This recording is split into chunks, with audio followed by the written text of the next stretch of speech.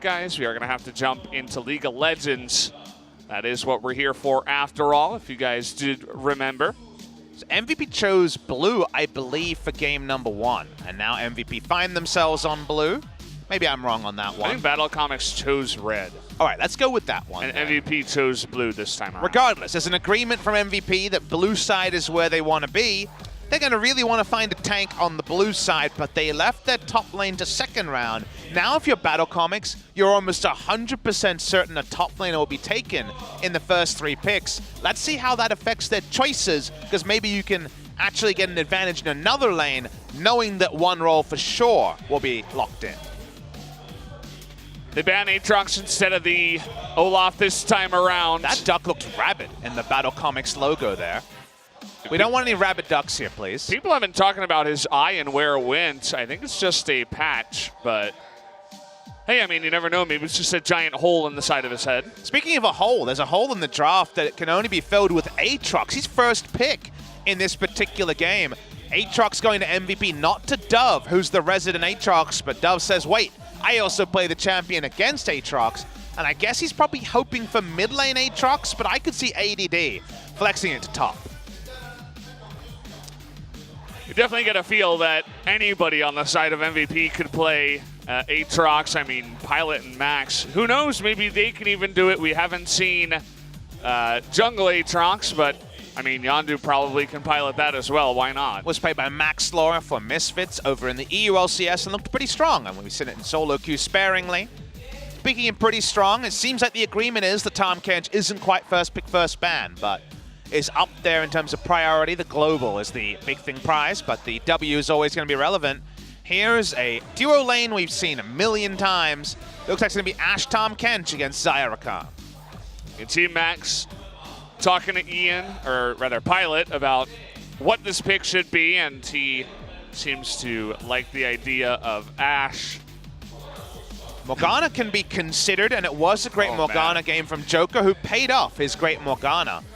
But the Rakan, I think, would actually be incentivized with Ryze and Xayah already taken. Do notice that MVP haven't taken a first-round tank after all, and now BattleComics can ban 2 and pick the remaining one. That sign in the middle was actually just pretty savage from the side of BattleComics. It was saying, we'll see you in Challengers, MVP. As there are some, you were talking about rabid ducks, there are rabid fans here for BattleComics. Not what we saw on day 1. And not what we really expected, but now that they're showing some signs of life, certainly getting fans by the handful as we go on. Jackspan coming through against OnFleek as the Bless RNGs are there for MVP. Time to stop praying. It's a bit early. They're not in any match points just yet. I noticed that Beyond has taken off his shoes. He's definitely serious for this particular game number 2. And OnFleek won't be treating us to a Jax game. Sejuani also going to be banned out. Lots of targets into the jungle this time around. I think we'll definitely see some newer stuff. At least new picks compared to what we saw in game 1, as both Sejuani and Olaf. At least MVP can say, there's tanks available. All right, ADD has something to pick in this game, as he does not want to go back to Maokai. Cho'Gath still available, but will we see another jungle ban? We will. OnFleek loses his Camille. So in terms of stuff he's played in the promotion tournament, I believe that the only thing left open, in fact, nothing. The Sejuani was banned as well, so we're out of OnFleek old champions. In with the new, I say, in with the Taliyah. Oh, yes. This is a Valdez chance, a Valdez special, loving the Taliyah, and I wanted to see OnFleek play it. You can get pretty aggressive. Can't wait to see what Yondu also picks into it as the counter. There are Taliyah players, and guys, I invite you with the pick and ban still going. Open up another browser tab. Go to op.gg. Check out the second-ranked player and challenger. That's Jug King, which is in fact OnFleek. And look at his win rate on Taliyah. It is disgustingly high. His most played champion, 133 games. He has a 70% win rate as rank 2 challenger on Taliyah. It is obscene. You want to ban Taliyah when you're going up against this guy, which is funny to say because he hasn't played it at all. So finally he's going to bless the Rift with this pick, essentially. You were talking about the Ornn. That is going to be the choice here ahead of anything else up and at the top side for ADD. Kindred, also we did mention, is going to be the response. into that Taliyah. Really easy to dodge all of her skills, and then you can just take her down 1v1. Cho'Gath is up on the side for BattleComics if they want it, and could fit the draft fine against Ornn. It's a very common draft. Mundo can be gotten away with, but does slow down some of the fight times on the side of BattleComics. They will be going for the Mundo anyway, hoping that he can just trivialize Kindred and Ashe. And the reason why is you look at the enemy team and say, man, Sunfire Cape armor stacking and health stacking looks pretty damn good on the side of BattleComics. It is a full physical damage comp, short of ADD throwing in a bit of magic damage on the Ornn. Definitely does raise some questions. You can get Zhonya's on the Taliyah, you can get it on the Rise. Xayah Rakan, they're going to be okay. You can build a little bit of armor, but you're just going to be fast enough to get away. And then, of course, you were talking about the Mundo. It's basically not going to die. You can stack that one resistance type. And you feel good about that, right? Because if you think about mixed damage Mundo late game, you're saying 4 or 5 items late game. Suddenly, when you don't have to mix in your item timings, maybe it's 3 items, maybe it's 30 minutes or 25 minutes instead of 40 minutes. And that is so relevant in pro play where games are more often than not decided pre-25. Well, guys, these are going to be the compositions for game number 2. We get Xayah Rakan again. We didn't have Rakan the last time around. We did have the Morgana, but we do get Xayah here for Hollow. Excited to see Dove up against the Aatrox too. Has a pretty sick Aatrox himself, plays the Rise into it as well. And then, of course, I'm biased towards the Taliyah player.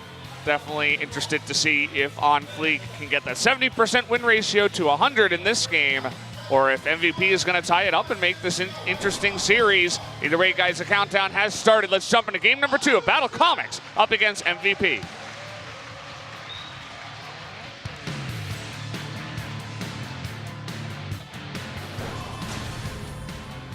소환사의 협곡에 오신 것을 환영합니다.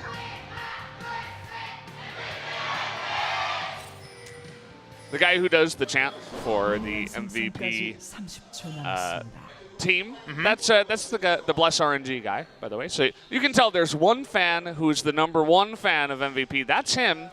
He is praying, hoping and praying that they can come back in this one.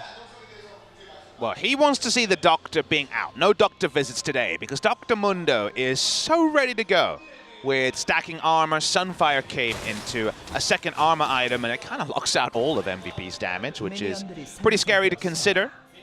It is, of course, worth pointing out, we talked about how OnFlake Rank 2 has a 70% win rate in 133 games. The sample size is the relevant part. That is so many games in Challenger. Tarzan, Griffin's jungler, is ranked #1. He has a higher win rate of 82%, but that's over only 34 games on the Taliyah. So the fact that he's played 100 more games and his 70% win rate is really, really incredible.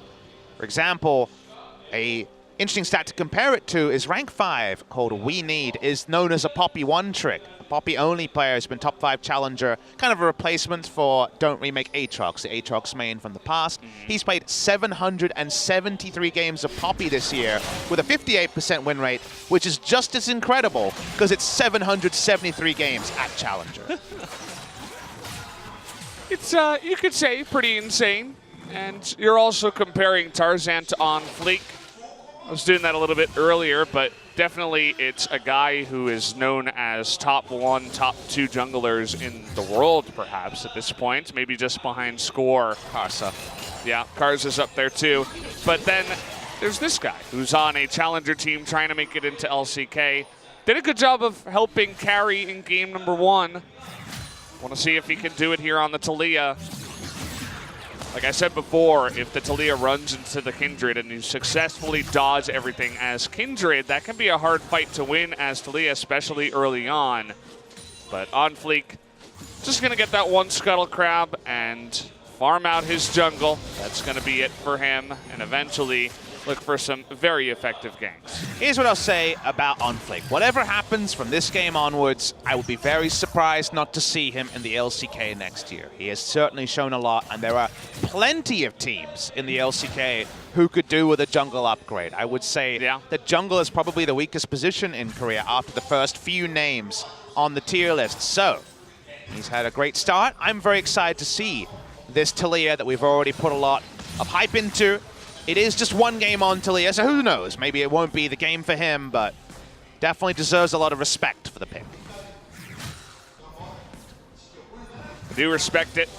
Has only been showing us really aggressive stuff. Olaf, the one game of Sejuani, but then also Camille and Jax. He's getting in there, actually. A very early control ward from the side of Yondu was placed here, but he's actually going to find it as if he's a homing missile on the Taliyah. Is going to take that out. You definitely feel tilted seeing that ward because, okay, now I'm lying in wait. Okay, what is this? So control ward will be taken out, like you mentioned, Valdez. Nice lane control here for Ash, Tom, Kench. Even though Zaya Rakan you take in almost every scenario when it comes to lane priority, there's always going to be windows where you count the creeps wrong or the break doesn't suit you. And for that, Pilot and Max, for now at least, going to be perfectly happy. The other thing to mention, of course, is the enemy jungle was spotted up top side, so Pilot and Max don't have to be respectful of any sort of gank.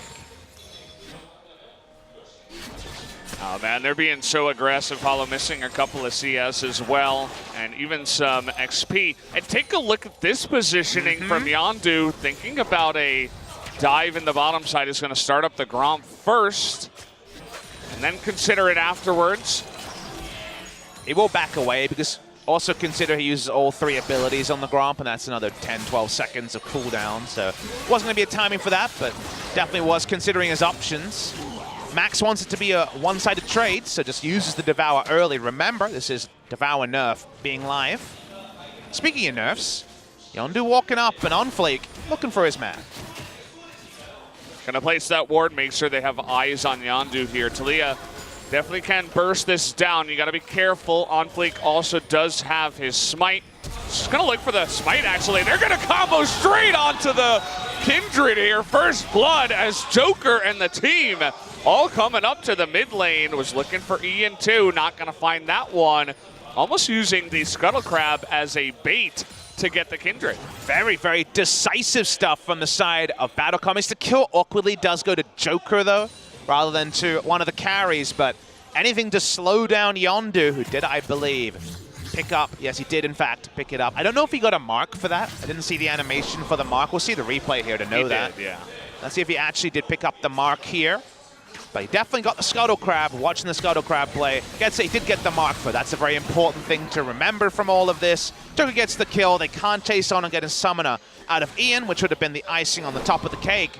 A nice little advantage. It does leave Dove a little bit susceptible in the mid lane, though. He used his flash to secure the kill.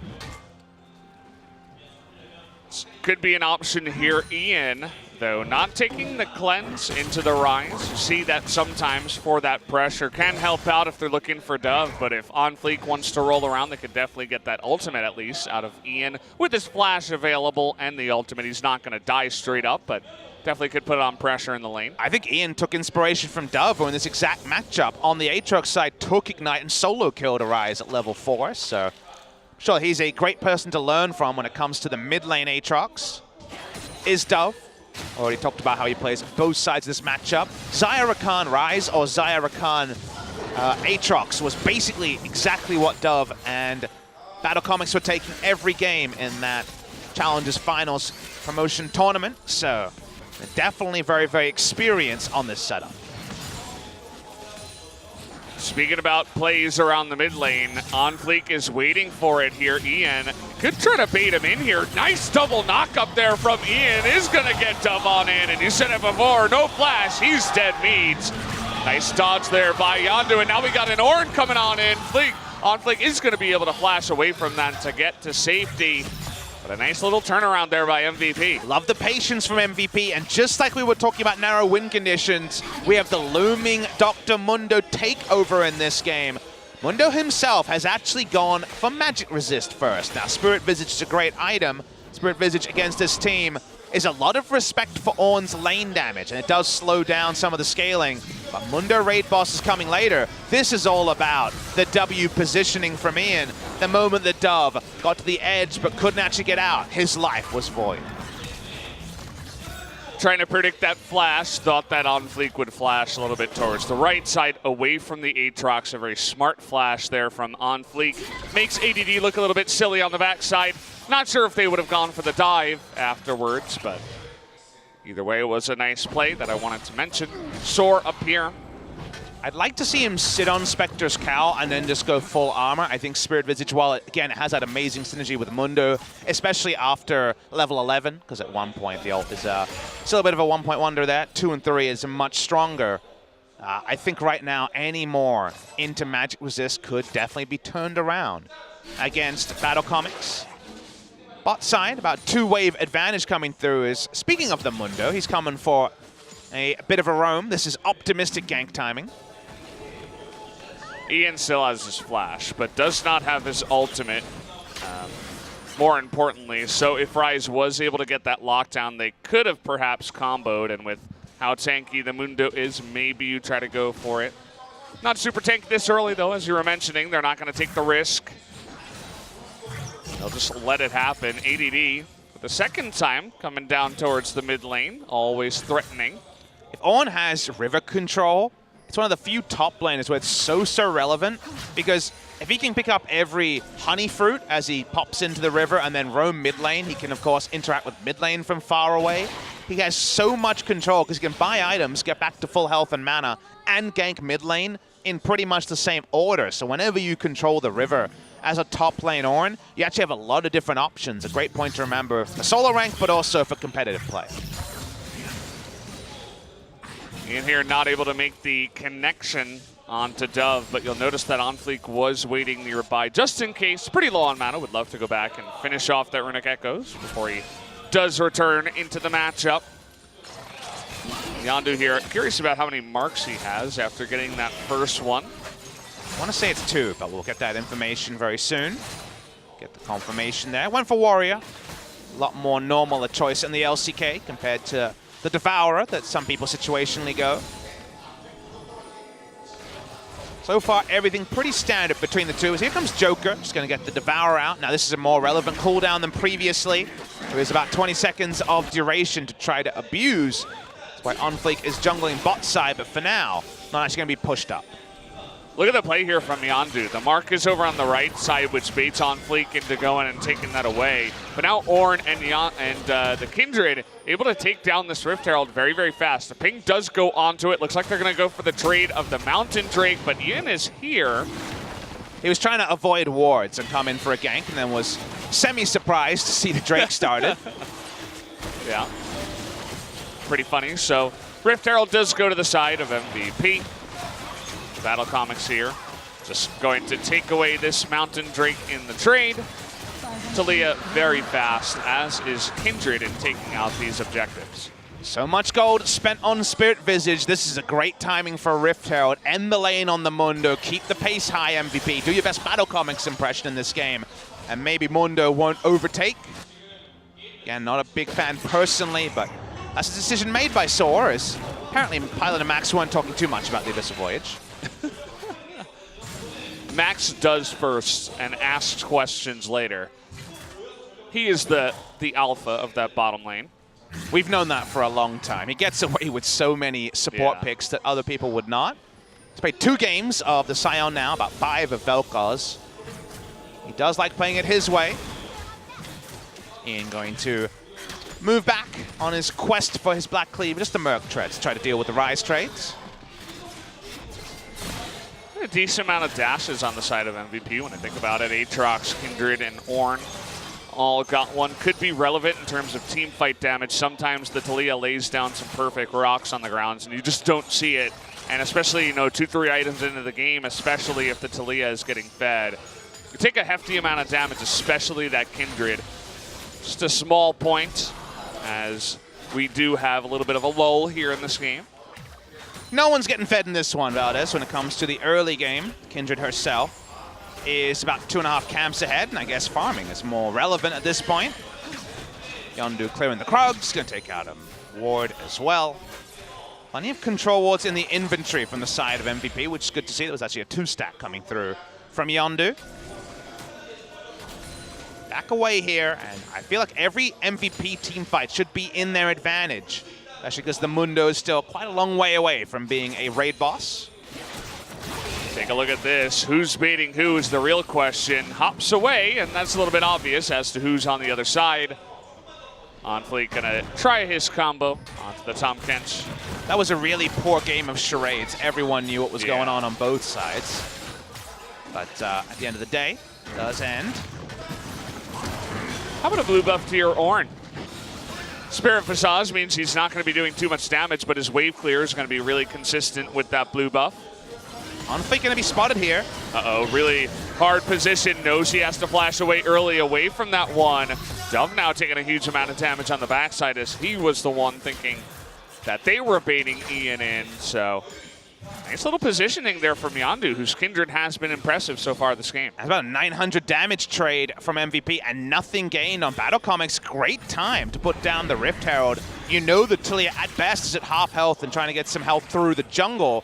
Joker's already walked up. Here's the Weaver's Wall to try to slow down the short-range auto-attackers. No one can auto-attack the turret just yet. Ooh, Arrow is going to sail wide right through the goalposts, actually. There's that engage, but the Devour does come in from Max. Ornn with the follow-up. Don't know about that one, ADD. I definitely shelve that one and pretend it did not happen, as I guess the coordination wasn't there. We were thinking maybe we go for the dive, but absolutely not. That was actually really, really well done by BattleComics. I think in almost every other scenario, the turret goes down, but even Kindred couldn't auto-attack the turret from the range she was at pre-getting 75 range off of the 4 marks. So they don't take the turret, and returning to this turret is going to take a while now that Xayah Rakan have moved to mid lane. It's a really small point, the sort of thing that would go overlooked. It won't show up in a match history. But keeping up the turret there was deck stacked against BattleComics, and they do buy at least another minute, maybe even much longer, on the mid lane turret. Yeah, I'd have to agree. It was a really nice wall there from OnFleek. It's one of the smaller points of being a Taliyah player. Definitely the seismic shove combo is the more obvious one. How well you can weave your stones in and out and use that worked ground. But, wow, Max, you're a huge troll. Trying to steal this Raptor. He's going to throw it on This down. Raptor's patience is going to run out. It's going to be so scared. Oh, okay, he died. Wow. Put it out of its misery. That's what OnFleek says. That's probably the furthest point away that a Raptor's been killed in professional play. It was very unknown territory for him. He doesn't get to see the mid lane too much. Speaking of which, mid laner for BattleComics, under pressure, has to flash away from Yondu and Ian, who have been high-fiving this entire game. The pick CC finding their man, but not to kill. Still only 2 kills overall in the game. Xayah teleported back to mid lane just to wave. Has the Stormrazor done, but multiple people rotating through mid lane. Always have to balance, rotating out, looking for a pick as Joker, and also being there to help the lane. Speaking of the lane, here's ADD, and 2 minutes removed, the mid lane turret will go down. You mentioned it, it only buys a little bit of time, but MVP all over the map. Yeah. They are getting objectives. Down in the bottom lane, too, Ian able to take out the second turret of the game. And BattleComics can't fight. They still only have a Spirit Visage Mundo against 480 threats on the enemy team. And given that, feels like the items are not there, the scaling is not there, being run around the map in smart order is BattleComics. MVP have been much stronger in terms of how they played out this game number 2. Draft was helpful, but the play style was really good to see. See the heat map also, plenty of fits to top and bot side by Yondu in particular. Now the Taliyah just being a little bit more passive in this one. We'll see which mark this is actually for Yondu. I think it should be 3, because I think it only spawns on Rift Scuttlers up until 3, if I'm not mistaken. You're correct there, Valdez, but no confirmation just yet. Need the mouse over onto the Kindred. Second Drake of the game is taken, but they're getting the hell out of there with the Realm Warp. See you later. This is what they're going to say. Well, taking 2 Drakes once again, BattleComics. It seems like in these promotion tournaments, or even in the Gauntlet, we had so many teams that just monopolize the Drakes. Today it's BattleComics. MVP basically should spend most of this time, probably Max in particular, pressing tab and saying, all right, how much armor is there onto the Mundo? If you don't see a Sunfire Cape and a Bramble Vest, and maybe even this complete second item, I think you win basically any 5v5, and that is important information to know when you have Ornn Ashe as non-committal engage to try to fight. MVP should find all the fights they want. They've taken the Rift Herald, and they will certainly be looking for Baron control around 20 minutes. That Baron damage very, very good with Kindred and Ashe, especially if someone's there to tank it up. We see the back away from the Mundo. BattleComics desperate for 3 items onto their main champions, but at 1.5, 3 items feels like a pretty long way away. Sitting back waiting is going to be the name of the game this time around for BattleComics, whereas they were the ones being the aggressors in game number 1. I feel like the style of being the aggressor looks a little bit better on BattleComics, just based on what we've seen, especially with that aggressive nature of On Fleek and Dove. I've always been biased towards the aggressive teams that want to make things happen rather than the reactive teams.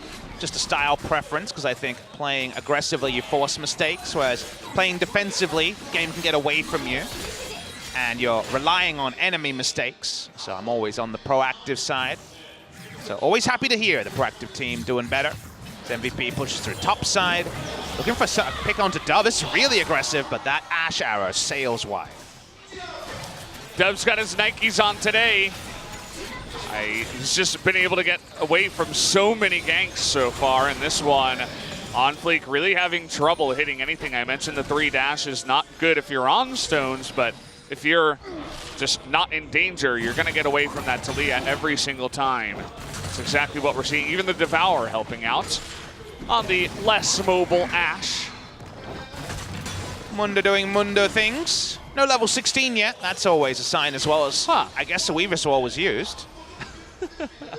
Interesting decision there. Doesn't provide vision on this patch, so not really sure about that one. You know what it can be used to do, which, you know, it's such a rare case, but it happens, you know, very, very not often. You can block the minions to actually try to push a turret if there's nobody in a wave, in a lane rather. So that could have been it. I feel like he was going for it, but it kind of stopped short, and the angle wasn't perfect. So I'm not 100% sure. Didn't have enough information to know that one, Valdez. I love to give pros the benefit of the doubt, but personally didn't have all the variables. Nice to bring it up, though. As teleport was cancelled in mid lane, wasn't really sure what that was all about. Soar and ADD continue their weird tanks thing. Yeah, Soar is like, well, buddy, I mean, there's a Plantier and it's on my side of the rift, so I'm going to take it. Now, I know you're not much of a top laner, but did you ever experience the Korean solo rank terror of the Conqueror Mundo? Yes, actually. I had my stint of playing only Cho'Gath for like 70 games in a row. It wasn't that many, but yeah, you would just go up against Phantom Dancer and you're like, wait, what is this? Why is he hitting me for 5,000 damage? Because, of course, that would also be extra 2 damage on the Q as well. And then, obviously, the crits coming through from Phantom Dancer. That was definitely a love letter for about 3 weeks here in Korea. No Conqueror this time, so just a very boring wet noodle fight between Mundo and Ornn. You mentioned it before, but the new thing in the Korean solo queue is the Aftershock Lissandra. We'll see how many of these things make it to Worlds. And, you know, I doubt we'll be seeing that Conqueror Mundo, but I think we perhaps more Lissandra. I think we definitely will see more than one game of Conqueror Lissandra. There is my early prediction. Conqueror? I meant Aftershock. Yeah. But Conqueror Lissandra will be interesting. We were talking about Conqueror on mages. You know, get that combat going on a Viger and then just use your full combo. So what is, now I give you a chance. I'm going to reuse one, so I'm cheating a bit, but it's always fun to think about. It feels like there's always one unexplored thing at Worlds where it's just a new thing for Worlds that we wonder how it was never used before. I know I've been talking a long time about Trinity Force tank Fizz with Conqueror in the top lane. That's my guess. We'll hold that point. Nice dodge there by Ian, but his World Ender is going to be popped here. On Fleek super low, is going to have to stopwatch on the backside. Perfectly timed Joker with the amazing engage in the back line too. Yondu might be able to trade a kill actually. On Fleek gets a little bit too close, but it isn't going to matter as Hollow picks up 3 kills and a huge team fight win goes to BattleComics. And BattleComics had the TP advantage. There was no TP in the bot side for ADD, and it's going to be a pause. Well, this is a pretty pivotal point in the game. Baron has spawned, and Mundo is there. As the observer is like, I'm going to turn the angle for a moment here.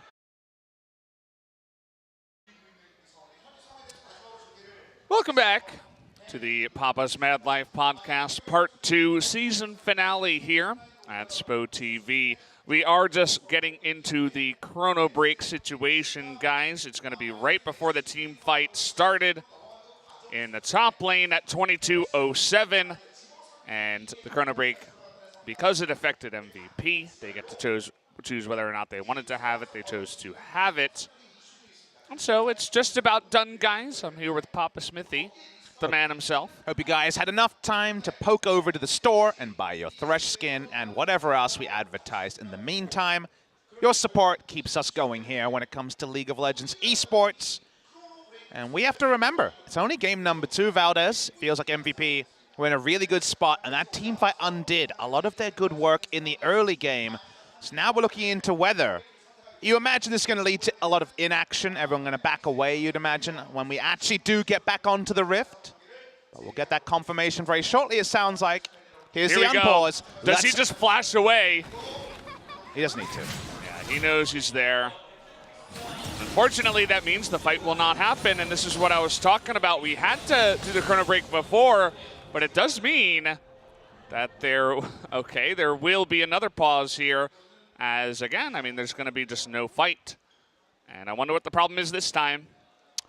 Hopefully we'll get the update very shortly on that one. Seems to be on the BattleComics side this time. Maybe there's some... seems like an audio issue, actually, as they're playing around with the cord here. Wait for any further updates as we are playing a bit of a slideshow. It does seem to be related to the headset. He's like, my volume's too low. I need to pause the game. Excuse me. Aww. Here's a young fan, perhaps not fully understanding. I assume in the Max fan group. It's Max's nephew, I guess, or maybe his cousin?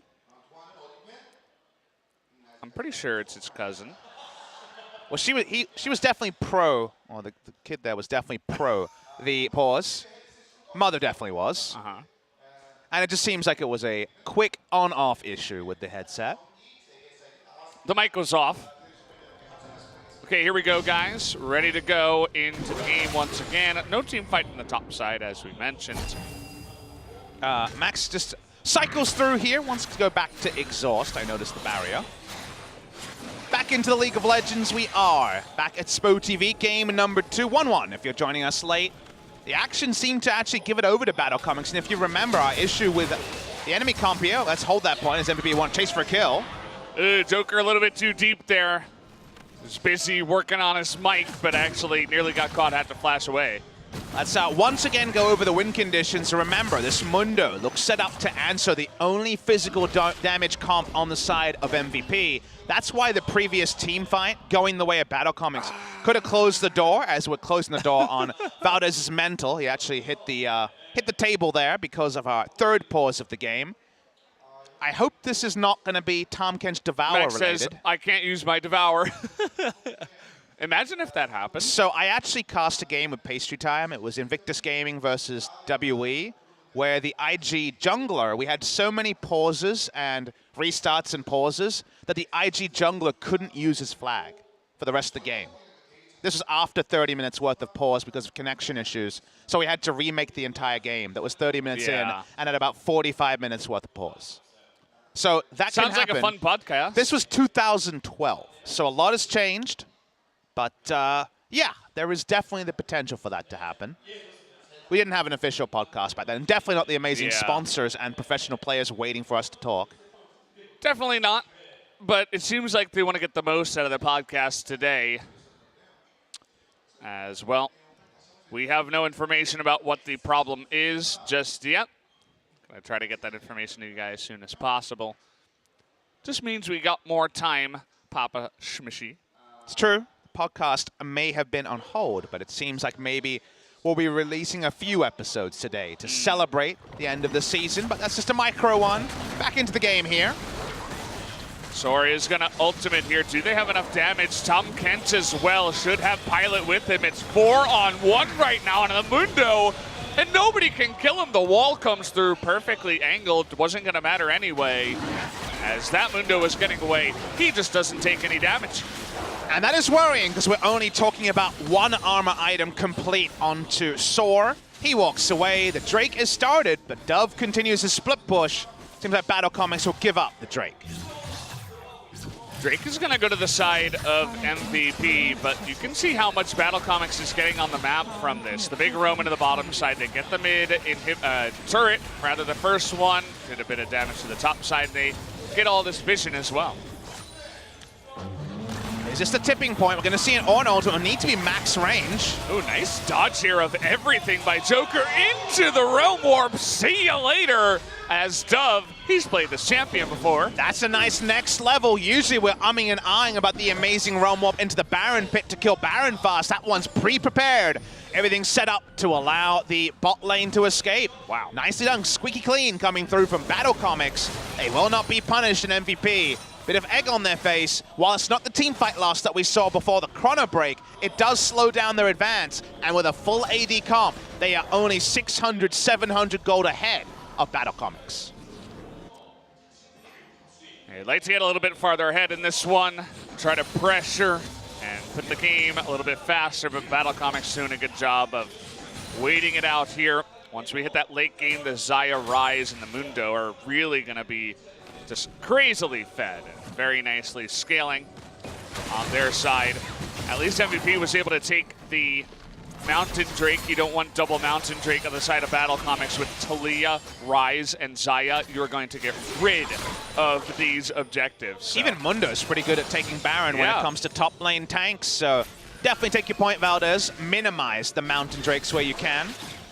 You want to hear what the problem was on that last pause? I want to hear what the problem was. Max's icon for the Unsealed Spellbook appeared weird. It looked weird, so he reconnected, and we resumed the game. Thank you for that update, Valdez. I'm sure the crowd and the fans were very happy to hear that. We're definitely having a amount of issues in this particular game, number 2. As BattleComics push for nothing will ever beat the chair issue of the chair not being comfortable enough. I was in Twitch chat for that one. Can I please have a new chair? We did love that, especially when Wolf also wanted a new chair because he heard that the new chair would be nice. Yeah. It's like, how come he gets a new chair? I want one too. SpoTV bangers that I guess will fall on deaf ears. What if you join in the LCK era? You'll never remember the SpoTV issue era. It's true. I mean, if you join tomorrow, I'm going to hold that thought as Pilot is super low. The charm onto Max. Look at that Xayah damage. Are they going to get any kills in the end? The answer is no. But how about 2 flashes and an exhaust? That sounds pretty good anyway. And any tool used by MVP is a considerable one. As Fleet flashed, I guess he was just using it in support of the enemy team. Nice. As you do, you know. It's a support flash. That's it's a very, rare Talia strategy where you just use it when you're feeling bad for the enemy team. Well, because a you're lot of wrecking them people so know hard. about mirror neurons, right? Where you see someone else crying and your eyes start to tear up as well. Maybe that's your ears just start bleeding. why can't there be mirror flash neurons where you just see someone else flash and you're like, yeah, okay, I'll use it too. I feel like I've done that from time to time. Sora's level 16. He doesn't take damage right now, as he's working on that Warmogs, it looks like. That's his 3rd item. Let's take a look at the replay here. Okay, this is why he flashed. So we did have a real reason. Now it's a replay issue. Can I get a replay so that my joke actually lands a bit better? Can we chrono break this broadcast? I wouldn't mind. What if we could just chrono break life? Where would we be? I would have made less mistakes, but still mistakes. I'd probably have more money. Chrono break till before those lottery numbers were ready. Yeah, I like how I kept it nondescript. Everybody can think about what I was saying. Either way, we do have a game here. It's still only 1-1 at about 30 minutes in. We had a lot of kills before that chrono break situation happened, but still thinking about it. BattleComics, I'm just waiting for their moment to go for that Baron, but again, it's kind of hard when you've got that Ornn for the free and easy engage if they do find them in there. Dr. Mundo has been hoovering up minions this game, 319. He's got the Lockout Bramble Vest on the way for the never will take damage ever, ever, ever. Coming up next, could be a Randuin's. I think Bramble Vest is probably where he goes, but we'll wait and see. On Fleek, gonna take out the blue buff because Rise doesn't need it at this point. We had what looks like a very exciting peak, but that is only 2,000 plus gold. It's been arrested, and now the arrested development might be that Soar shows up as level 17 Mundo and just wins the game. Definitely feels that way. Is Pilot really going to be able to output that much damage when the Mundo's running straight at him? Only one Devour from the Tom Kent is going to help out. TP's coming in and a ping onto Baron. They're thinking about at least playing around this and perhaps trying to bait in MVP, but nothing comes of it. No gold difference between the two. All about positioning with those TPs from the AD carry. Here's the Ash Arrow. We'll be hitting. That's from pretty far down range, but there is no follow-up. Dove stops Max and the Yondu at the gate. And nobody wants to go into that disadvantageous position into the jungle. And no one wants to go and see the pearly gates that often you see when you're dead. No deaths yet. Another good use of the Weave as well. What's coming with it? It's just Dove. Okay, Dove gets in there, but a 3-man charm from it. And look at Soar. Pilot's out of this fight 100%. The Ornn knock him in the backside is nice, but either way, Dove has so much room. Soar kills Pilot by himself, essentially. Only has that Rakan to help him out. He's still going. When does this Mundo stop? Can he get the kill here? The answer's no on the backside, but it doesn't matter. As BattleComics, their battle coin is going up, up, up. I think definitely investing in BTC, if you did it a couple of minutes ago, maybe even during that break, maybe that's where you went. You'd be feeling good because Dr. Mundo is going to solo win this game. And how about a Baron to close the door on MVP? Well, we talked about the Baron damage. When there's absolutely no pressure from the enemy team, it feels even faster. It's going to disappear. BattleComics looking poised to take a massive lead in game number 2. And somehow it's all about the spring season again, or maybe even the start of summer. Just invest in Mundo and the returns are big. We finally found a good time for Mundo. Soar's teleports have been a delight for every chance I've been able to watch him. When he's playing a tank, he's reliable, and Pilot has the worst day of his life, trying to kill 3.5 item Mundo. We have Papa's mad life, but we also have Pilot's sad life here going up against Soar. It's just pretty disgusting. Kind of sad that he couldn't get the kill on the backside to make it feel even worse, but Dove did the damage, and they took him all out. Mundo by himself, just soloing down an Ashe. Always pretty funny. Gonna get another Cloud Drake here to make that engage even faster. Joker backs away. 3,703 Mundo damage, if you don't mind. How much damage did he take from turrets? Probably more than any of these numbers. It says that someone killed him, but we all know the turret deserved the gold. Yeah. Joker, I feel like BattleComics, they could go from like a, if they make it in the LCK, like a, 8th place, 7th place team to like a 5th place team if Joker just didn't get caught as many times as he does. BattleComics hanging back in the mid lane. Xayah doesn't want to walk up just yet. Where's Dr. Mundo at? He's actually between top and mid and bot lane. Weaver's Wall again used a lot of rotational walls we've noticed from On Fleek here. Even with the shorter duration, he's all about timings. They get a turret out of it so you can get behind it. And all they want to do is follow Mundo to the promised land of 3 match points for BattleComics. The wall actually looked like it was used to just zone away the guys that were in the mid lane. It was only Aatrox, and so with the Baron buff, they were easily able to take it out. Now On Fleek's here in the mid lane looking for a seismic shove. I think he's hit one, and that was before the chrono break, so he's looking for that real first one. Got it engaged, though. Hollow's going to lift off, and Joker in a little bit of trouble, but fortunately, ADD on the Ornn doesn't have enough damage to do much. Good try, but no cigar. No sadism pop, full health because of the Warmark Spirit Visage. Even with the Spirit Visage burst, he's still so damn tanky. Joker goes in. He's going to get the charm onto 2, but really just creating space here. Soar is going to ultimate up. He's gaining health. He's actually, is he going to survive here on the backside? No, Pilot able to crit him down with that anti-healing. World Ender is going to be popped at the end, and Dove is just doing way too much damage. Look at Dove and Hollow together. They have full health. They had so much room because Joker and Soar were taking all the damage in the front line. But they took down the raid boss. They're now adjusting, checking out their loot, hoping they can get something from this.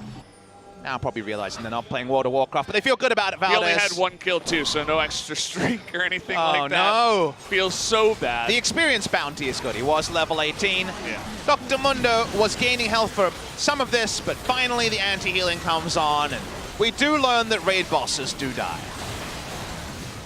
It was actually, I think, the crit from Kindred underneath 15% that actually chunked him down at the end. What if they didn't have Kindred? Does he stay alive in the fight? I think there's definitely a world where that's possible. Wasn't really a way to get magic damage out of the jungle because Elise is not really played at all. Rumble jungle is a very situational thing. That is some big damage as both 80 carries were firing away. Let's mention that was 7,000 damage to Mundo coming through from the Ashe. Didn't really hit anyone else. Did eventually take him down. Wait till the Thorn Mail's there, and then Mundo will do even more damage. But he has the Randuins now. Yeah. It's all about that health and armor. That's all he's got alongside Spirit Massage to help him gain health, as we were seeing. And there's another wall nicely placed by On Fleek. It's not that super long 8-second wall. I think it's 5 seconds now. So it's not the super long stun anymore, but still can get the job done. That one didn't really do too much. If we do see Owen versus Mundo every game in Worlds, the upside for 80 carries is their DPM numbers will be really high because just putting damage into a frontline tank is a good way to make yourself look like a very good player. But they're pushing through here, BattleComics, 2 lanes, and okay, all right, Dove, okay. Yep, this guy wants to get into LCK. He's not going to get caught out here. The rest of MVP so out of position now. An easy turret. Will they reach for the inhibitor is the real question. Dove is having a bit of fun on the bot side. They're trying to engage 5v4. Actually, it's MVP. They're getting frustrated. They really want to get some kind of engage, and absolutely nothing lands. ADD not able to hit On Fleek at all. He's just surfing on the rocks, on the walls, and that's going to be the second inhibitor going down. BattleComics looking for the third in the top lane. It's going to have to be a reverse sweep from what we're seeing unless MVP can find a way through the meat shield that is Dr. Mundo. BattleComics really coming out to play tonight and impressing that they are. Joker up in the top side. It's him and Hollow desperately trying to take out that third inhibitor to really get this one started. The wall's going to come in.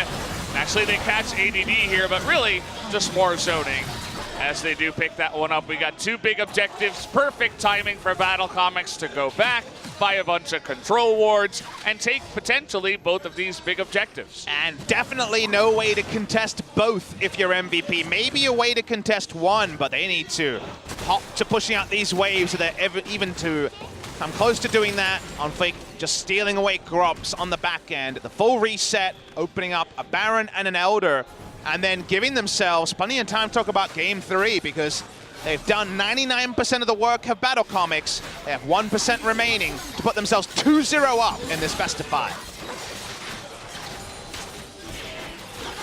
It's looking good so far.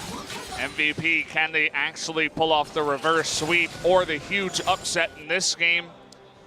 Elder Drake with 3 elementals is looking likely for BattleComics. MVP, where are they going to make their stand? Probably would be at the Baron, you know, maybe push out the lanes and try to go for a play there. A 5-on-5, that might be your only chance. And I love Elder into Baron because you take the Elder, all MVP can do is deny the buff. It doesn't even give them something if they steal it. And then you walk to the Baron and say, well, you can get full value of this, but good luck taking it through Elder onto what is now a 5.5 item Xayah, a Rise that is at about the same spot. And a Mundo, who didn't even buy a Bramble Vest, he just got a stopwatch to guarantee he never ever dies. There was a Baron there, now it's gone. Didn't really see that one. We got that momentum play straight into the mid lane. They want to push it down and win Game 2. Been a pleasure to watch Dove on the rise. He's been so much more creative with the Realm Warp than really any LCK rises we've seen post the removal of the Deficio escape with the stopwatch into ult play. And really a pleasure to watch it. BattleComics, they've done so much of the work. The mini wave in top and bot isn't crashing just yet, but the moment that happens, oh boy, MVP gonna have the most headaches you could ever ask for. Just waiting for it. On Fleek has his Weaver's Wall ready to go. And he could definitely scoop up this MVP team if they go a little bit too far. Hollow, the immediate QSS, is not going to go down to just one silly arrow. And the push is on in the bottom side, actually. The super minion's coming in, and, well, ADD is going to get devoured up. But look at the damage coming through from the side of Bitcoin. They're able to take out nearly everybody here. Sorg getting extremely low, but is not going to die in the back of this fight. He's going to Zhonya's up, and he's going to gain even more health, even with the Ash attacking him. That's going to do it for Game 2, guys. BattleComics ahead 2-0. Congratulations to Team BattleComics. They're able to close it out after that extended delay, which changed the turning point in the game. If BattleComics had won and we went forward, that would have been the herald of the game going forward. Instead, they had to do it the hard way. They had to fight back a second time. They were still able to do so. The outscale was so real from the Dr. Mundo, and maybe even earlier than we anticipated. They close it out. No sponsors, no problem. Only BattleComics sponsors the eponymous Team BattleComics. The more sponsors might come in if they make it to the LCK, and 2019 does beckon for these new players. MVP, they're still focused for now, but they know a really rough task lies ahead of them. They need to get 3 wins in a row against a team that has proven tonight that they look better than MVP, actually, which is exciting, but kind of sad at the same time. 2 LCK teams might be falling out unless MVP can pull all the stops out and somehow get that win from behind. The winds of change have been so obvious in 2018. The 2 teams that came in at the same time 2.5 years ago might be removed, 1 day removed from that. We saw out with BBQ yesterday. MVP, what a fight back to make it to LCK. They're on their last legs. 1 game to do it. We'll go to a break before game number 3.